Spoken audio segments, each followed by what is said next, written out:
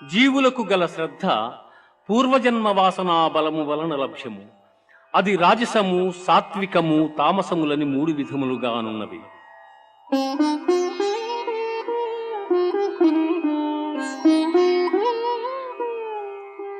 యజంతే సాత్వికా దేవాన్ యక్షరక్షాంసి రాజసాః ప్రేతాన్ భూతగణాంశ్చాన్యే యజంతే తామసా జనాః.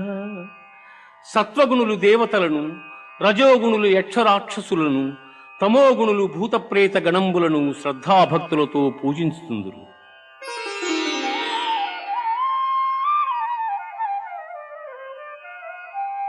అనుద్వేగకరం వాక్యం సత్యం ప్రియహితం